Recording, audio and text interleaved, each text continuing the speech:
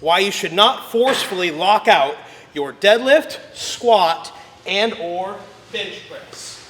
We're going to look at a couple common faults, why that's bad, and what it's going to do against you. Let's go ahead and see some of the common fast and excessive lockouts in the deadlift.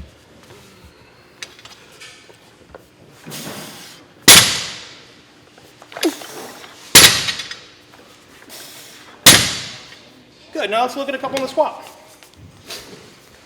You've probably all seen these or some variation of these, simply just locking out too forceful and too fast. As Brandon sets up and squats here, you'll probably see him, just like the deadlift, fairly slow out of the hole, and it's the actual lockout that's excessive at the top. Sometimes you get that awesome scream with it as well. Let's get a couple more there, Brandon. Ah! That is pretty common, right? We'll also see if Brandon just shoves his hips too far through, up on the toes. A lot of similar faults to the deadlift. Deadlift bar going out too far, excessively missing position. Go ahead and rack that, and let's have some fun on the bench press. We'll try to keep your elbows intact here on you. Same fault, probably under control, coming down to the chest, off the chest, probably normal speed, and then lock out as excessive as possible.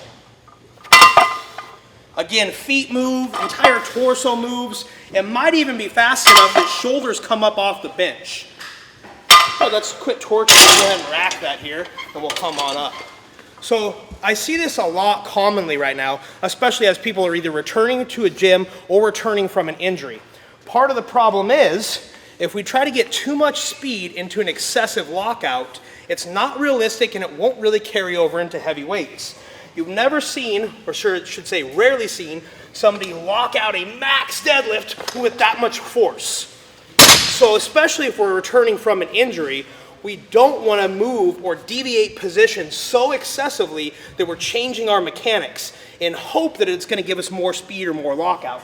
Same is true in the squat. As I come out of the bottom of the squat, I need to be smooth and efficient, wedging to a lockout, finishing tall, not moving so quickly to force speed at the top that I come out of position. Same, of course, on the bench as you saw. So Brandon, let's look at a fast deadlift here, but with a nice wedge and a smooth lockout. Remember, in the deadlift, it's important to pull tension off the floor to begin with. He's slower off the ground, tension's put into the bar. As the bar accelerates, his hips just go through to meet it. It's still a fairly fast deadlift, but it's not excessive and not so fast that he's losing position or deviating from a good position. Let's look at a couple squat reps. Pretty basic here, same theme applies. We want to be fast out of the hole, but not so fast that we come into a jump squat or move position. Feet are still rooted, we stand tall, hips wedge through. Much better looking squat. Good, go ahead and rack that there. And just for fun, let's jump on the bench and get a couple reps on the bench. We can still be fast, right? 500 plus pound bencher, he can still be fast with 135, just not so excessive that it changes his mechanics. Good, go ahead and rack that. If we have good force production in any of our main barbell lifts, most of the weight will be lifted and the executional lift is done, especially with lighter weights, by the time it gets to lockout. So what we're telling you, you can be fast off the chest, fast off the ground after you create some tension into that barbell, fast out of the bottom of the squat, but then cruise those last couple inches and wedge through or press into a good lockout. Now that you got your breath back, anything to add there, Brandon?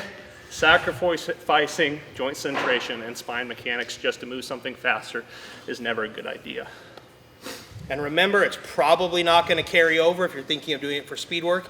That's probably not going to carry over into your max deadlift and give you the benefit that you think it is.